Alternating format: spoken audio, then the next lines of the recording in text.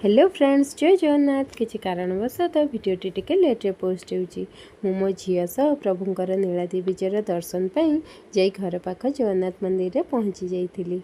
सेठी घंटा घंटा खोल करतालीर शब्दरे ठाकुर बाहुड़ा विजे करुथांती।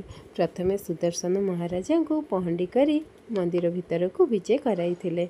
परे बड़बाड़ श्री बड़ ठाकुर बलभद्र को पहंडी करी करी नहीं मंदिर भितर सिंहासन रे विराजमान कराइथिले। आउ परे हलदी मुही माँ सुभद्रा माँ को मंदिर भितर को पहंडी करी करी नहीं विराजमान कराइथिले। आ सभिंक शेष आसती आम कालिया साहंत कालिया ठाकुर। से तो भक्त भाव बंधा भाव विनोदिया ठाकुर। से कौन सहजरे आसती। हटिया ठाकुर दोहली दोहली ढली ढली पहंडी करी करी भक्त मानक सह हरिबोल हुलहुली मंदिर भितर को प्रवेश कला बेलू जाई देखु तो लक्ष्मी माँ आमर दुआर पकई देइचंती।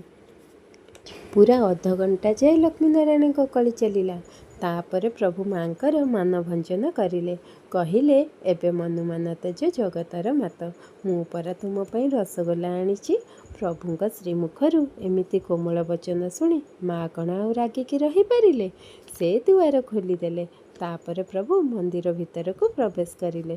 प्रभु आम लक्ष्मी माँ को निज स्वहस्तर रसगोला खुआई देले।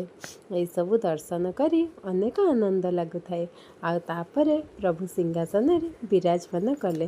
मो जीवन में तो मु प्रभुंकर एमती लीला केवे देखी नथिली। प्रथम थर देखिली किंतु बहुत आनंद लगिला।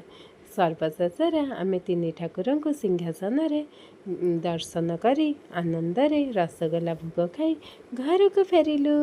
जय जगन्नाथ।